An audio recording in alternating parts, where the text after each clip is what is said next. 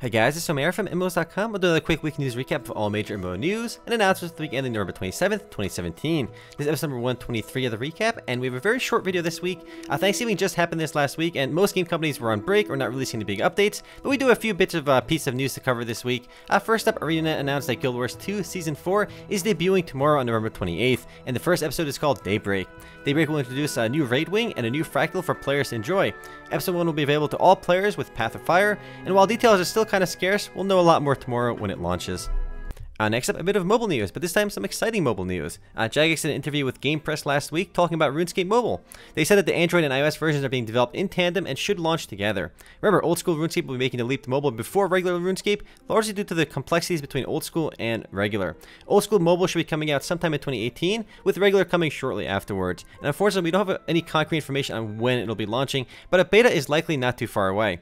I'm personally excited for this because the mobile version is cross-platform with the PC version, meaning it's an actual port of the PC version right onto the mobile one with cross-platform play. It's the first time a major MMORPG launch is happening on mobile that'll actually deliver a PC-like experience, and in my opinion, it'll be a great change of pace from all the autoplay nonsense we've seen in the past. Up next, Metro Conflict Origin announced they're giving up on buy-to-play and going free-to-play. This should come as no surprise because it never made sense to make the game buy-to-play. Just a quick history lesson here. The game launched on OG Planet as plain old Metro Conflict about 2 years ago and shut down because nobody played it. So the developer waited 2 years to relaunch it with a buy-to-play model and thought it would be a great success. It makes no sense. No word on when the free-to-play transition is happening, but the game is available on Steam right now in closed beta for that $19.99 price tag, and it has a whopping 1 player online as of this video. But it does peak at about 20 or so in average 24 hours, which obviously isn't enough to support the game, though to be honest, it's not too far off from where Lawbreakers is today. Next up, NetEase, the second biggest game developer in China, released their Battle Royale mobile game here in the West called Rules of Survival, which obviously is inspired by Playerunknown's Battlegrounds. It's a mobile Battle Royale game that has 120 players dropping onto a deserted island and fighting to be the last person standing. It supports both solo and group play, and honestly it looks pretty decent. I don't know if it's pay to win just yet, but the game's official Android store page has a screenshot saying absolute fair play, but I wonder if that's actually true or not. I'll be doing a first look for this one relatively soon out of curiosity.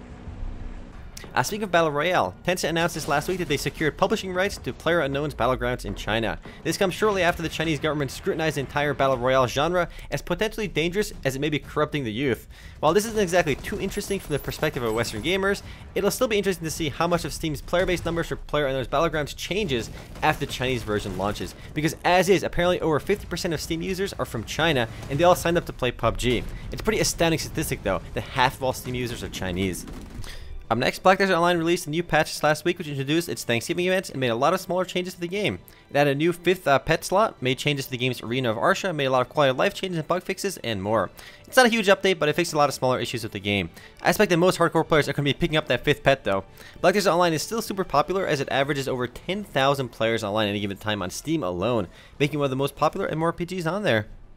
The next and last bit of news this week is from Nintendo. Animal Crossing Pocket Camp launched on November 21st and is Nintendo's latest mobile game. And as with other Animal Crossing games, players can catch bugs, go fishing, pick fruit, collect seashells, and most importantly, collect furniture to decorate their awesome campsites.